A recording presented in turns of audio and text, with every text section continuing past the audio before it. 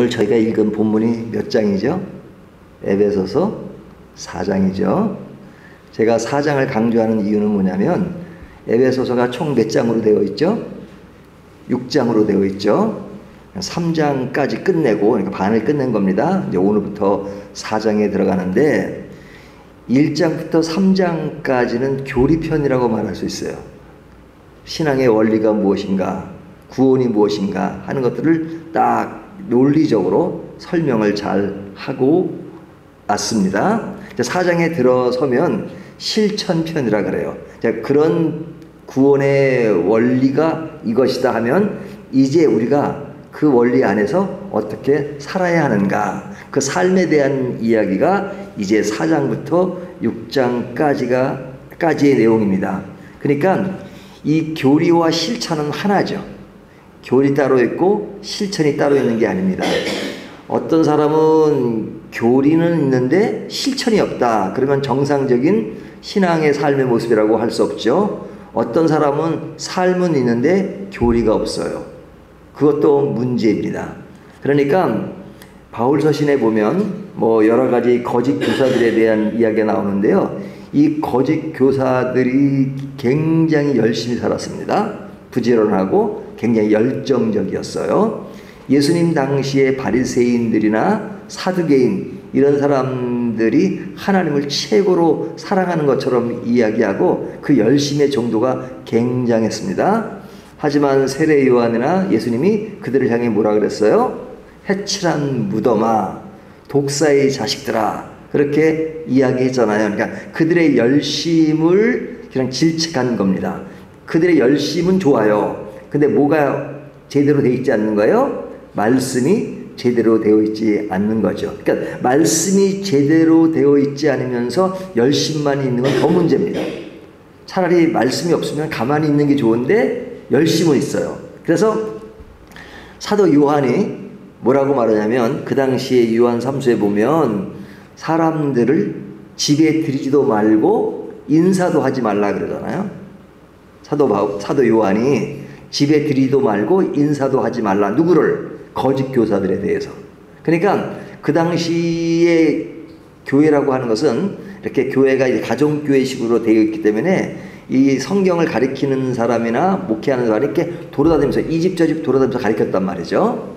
근데 그 중에 이제 거짓 교사도 많았던 거죠. 그러니까 그런 사람이 거짓된 것을 이야기하니까 인사도 하지 말고 드리지도 말라. 그 이야기는 뭐냐면 오늘날 그렇게 그냥 딱 금을 긋고 살라는 이야기가 아니라 그만큼 하나님의 말씀에 아주 굳건해야 된다, 분명해야 된다 하는 것을 이야기하는 거죠.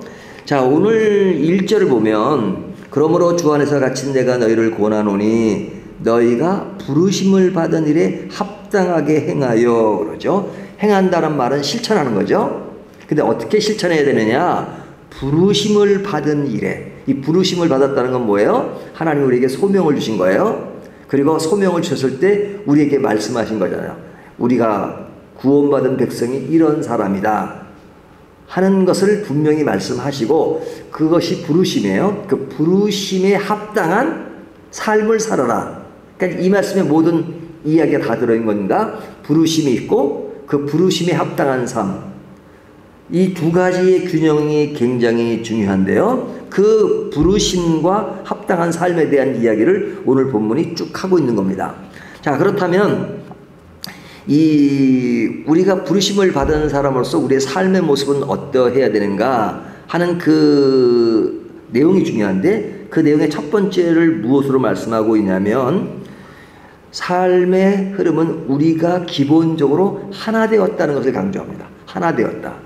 그러니까 여러분과 저는 그리스도 안에서 하나 되어야 된다 이거죠. 교회도 하나요, 성도들도 하나입니다. 그래서 오늘 본문은 계속 하나됨을 강조하죠. 4절을 보면 몸이 하나요, 성령도 한 분이시니. 자, 우리가 믿는 성령님은 몇 분이세요? 한 분. 예? 허건사님이 믿는 하나님, 성령 예수님은 제가 믿는 하나님 성이 다른 게 아니죠. 같은 하나님이시고 같은 성령이시고 같은 예수님이시고 그러니까 한 분이시란 말이죠. 우리가 사람이 100명, 1000명, 뭐 10만 명, 1억 명이 있어도 하나님은 똑같이 한 하나님을 믿는 거죠. 한 성령 하나님이고. 이 사람의 성령 다르고 저 사람의 성령이 다른 것이 아니에요. 근데 이제 사람들은 성령님이 하나신데 왜 다른 성령이 이렇게 많은지 모르겠어. 다른 하나님이 많고, 다른 예수님이 많고. 그게 아니란 말이야. 한 성령이요. 한 하나님이시여. 너희가 부르심의 한 소망 안에서 하나님이 우리를 부르실 때 우리에게 하나의 목적을 향해서 부르셨죠. 또 주도 한 분이시여 믿음도 하나요 세례도 하나요 하나님도 한 분이시니 하고 지금 한 분을 강조하시면서 뒤에 보면 6절에 뭐라고 말씀하세요? 하나님도 한 분이시니 곧 만유의 아버지시라. 자, 하나님은 만유의 아버지시죠. 만유 위에 계시고 만유를 통일하시고 만유 가운데 계시도다. 만유를 어떻게 하신다고요? 통일하신다. 통일이 되려면 하나가 돼야 되죠. 하나가 되지 않고 통일이 될 수는 없는 거잖아요. 그러니까 하나님은 우리들의 삶의 기본적인 모습이 하나 되기를 원하십니다. 그 하나 되기를 원하시는 그 모습 속에 3절을 보면 평안에 매는 줄로 성령이 하나 되게 하신 것을 힘써 지키라. 자, 성령이 하나 되게 하셨어요. 근데 뭐로? 평안에 매는 줄로. 평안에 매는 줄로. 평안의 끈으로 우리를 딱 묶으셔가지고 하나 되게 하셨다 이거죠. 그래서 하나 되게 함 속에서 그것을 힘써 지키라. 이렇게 말하죠. 그러니까 분열이라고 하는 것은 하나님의 뜻이 아니에요. 하나님은 성도가 하나 되고 그리고 모든 교회가 하나 되고 하나님의 모든 일꾼이 하나 되기를 원하세요. 이것이 기본적으로 하나님의 뜻이에요. 가정도 하나 되기를 원하고 근데 가정이 하나 되지 못해 분열됐다 그러면 아 내가 하나님의 뜻을 지금 저버리고 가고 있구나 이렇게 생각을 해야 돼요. 하나 된다는 것은 굉장히 중요합니다. 그래서 그 하나됨을 위해서는 무엇이 필요하냐 2절을 보면요 모든 겸손과 온유로 하고 오래 참음으로 사랑 가운데서 서로 용납하고 자 이것이 아니면 하나 되기가 쉽지 않아요. 서로 용납하고 그 다음에 오래 참고 그 다음에 온유와 겸손으로 그러니까 겸손하고 온유해야 돼요. 그러니까 내가 잘났다 그러면 안 돼요. 내가 확신을 가지고 뭘 한다면 다른 사람들의 생각이나 다른 사람들이 하는 방법을 존중하고 그래서 중요한 것은 틀린 것과 다른 것을 구별하는 게 중요해요. 나와 생각이 다르다서 틀렸다 이렇게 말하면 안 돼요. 내가 틀릴 수도 있잖아요. 그러니까 틀린 것과 옳은 것을 구분할 때는 흑백논리 이것이 옳다. 예수 그리스도 외에 구원이 있어요 없어요? 그럴 때는 그냥 분명하게 아주 그냥 분명해야 돼요. 아주 그냥 칼로 두부를 자듯이 예수 그리스도 외에는 구원이 없어요. 구원이 있다고 말하면 누구든지 그거는 잘못된 거예요. 아주 잘못돼요. 아주 잘못돼요. 그건 이단이에요. 예수 그리스도 외에 구원이 있다면 이단이에요. 그것은 아주 그냥 철두철미하게 분명해야 돼요. 하지만 목사가 설교할 때 넥타이를 매야 돼요? 안 매야 돼요?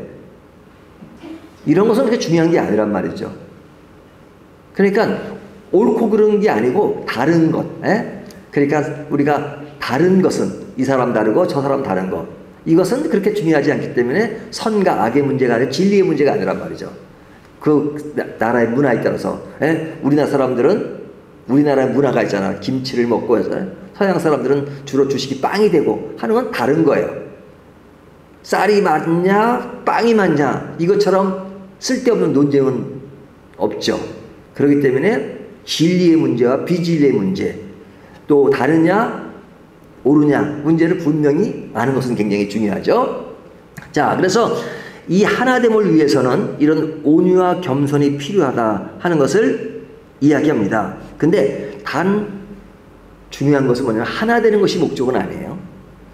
여기 하나 된다는 것을 강조하지만 하나 되는 것이 목적이 아니라 무엇으로 하나 되느냐를 강조하는 거죠. 무엇으로. 무조건 하나 된다고 좋은 게 아니에요. 무엇으로 하나 되는 것이 중요하냐. 자 사탄도 하나 되지요. 신약성경에 보면 예수님이 귀신을 쫓아내잖아요. 그러니까 사람들이 막 비판을 합니다.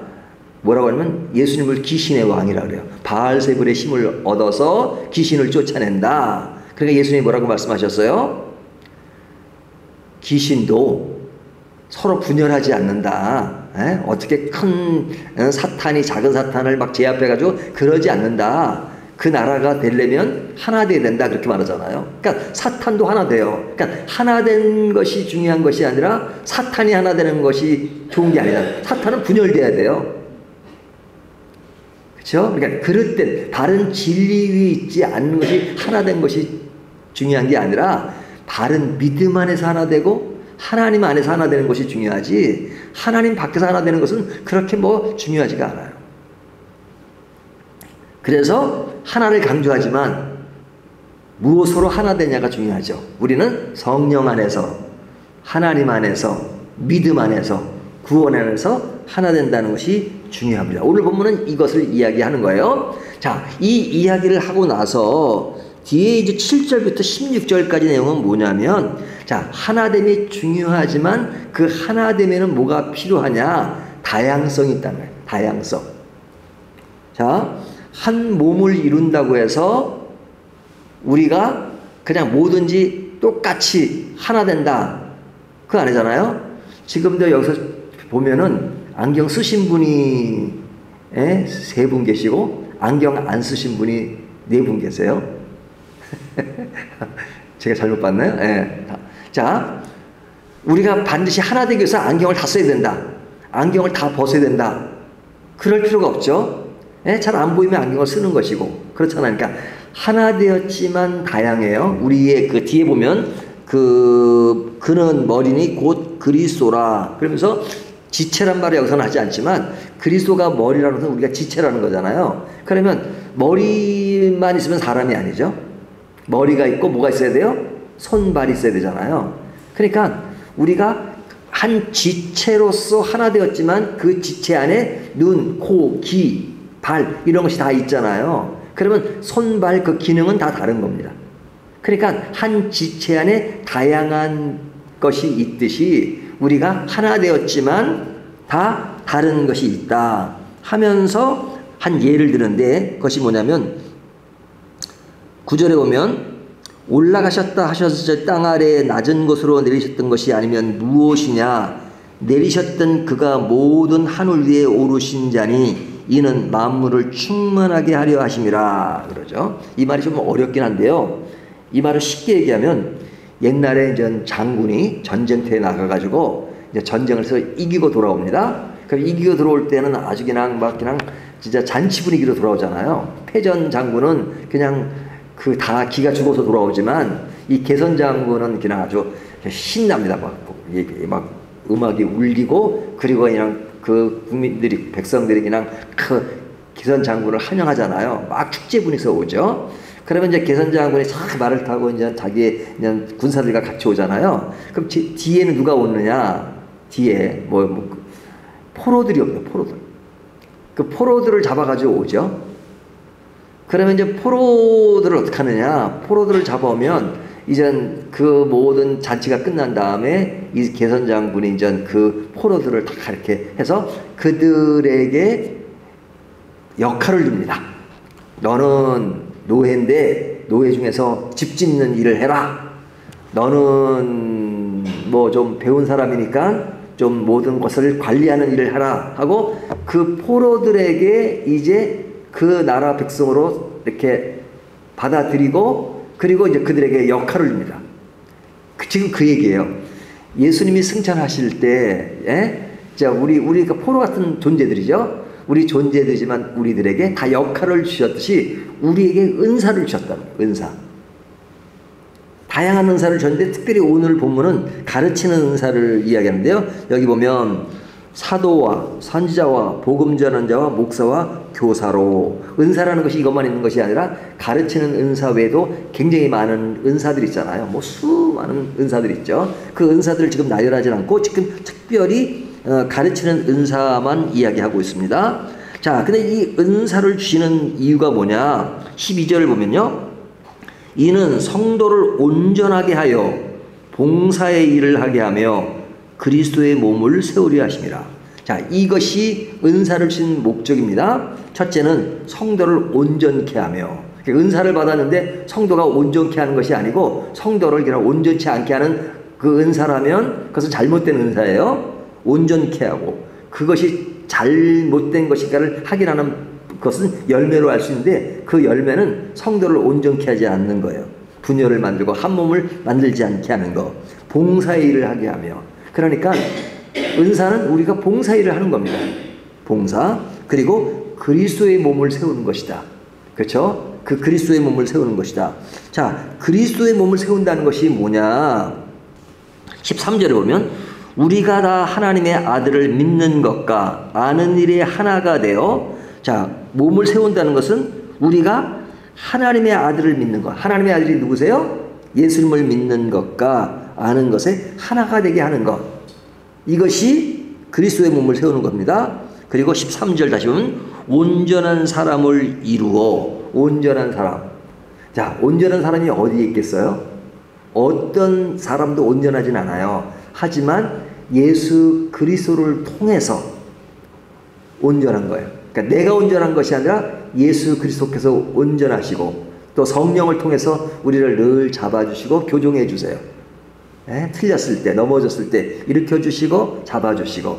그래서 우리는 그런 나를 만들어주는 하나님 앞에서 늘 담대함이 필요해요. 하나님이 나를 그렇게 만들어주시는구나. 하지만 내가 하는 것이 아니니까 겸손함이 필요해요. 나는 할 수 없습니다. 그러나 하나님께서 나를 도우시니까 나는 그것을 믿고 그냥 부족하지만 담대히 일을 해나가겠습니다 하고 봉사하는 것이. 그리고 13절 보면 장성한 분량이 충만한 데까지 이르리니. 장성한 분량. 그러니까 우리를 계속 뭐 한다는 거예요? 자라게 하신다는 겁니다. 자라게. 그러니까 예수를 믿는 것은 은혜로 믿는 거죠. 은혜로 믿는 사람은 이제 하나님이 다 은혜로 주셨으니까 이제는 뭐 어떻게 살아도 괜찮다 아니에요. 하나님은 우리를 자라게 하세요. 자라게 하세요. 그래서 자라지 않으면 어떻게 돼요? 어린 아이인데 어린아이가 자라지 않으면 어른애한테 계속 어린 있으면 그건 비정상이잖아요. 신앙도 자라야 돼요. 자라야 돼요. 은혜 아래 자라야 된단 말이죠. 그러니까 장성한 분량까지 자라는 것. 이것이 뭐예요? 건강한 성도며 건강한 교회의 모습이에요.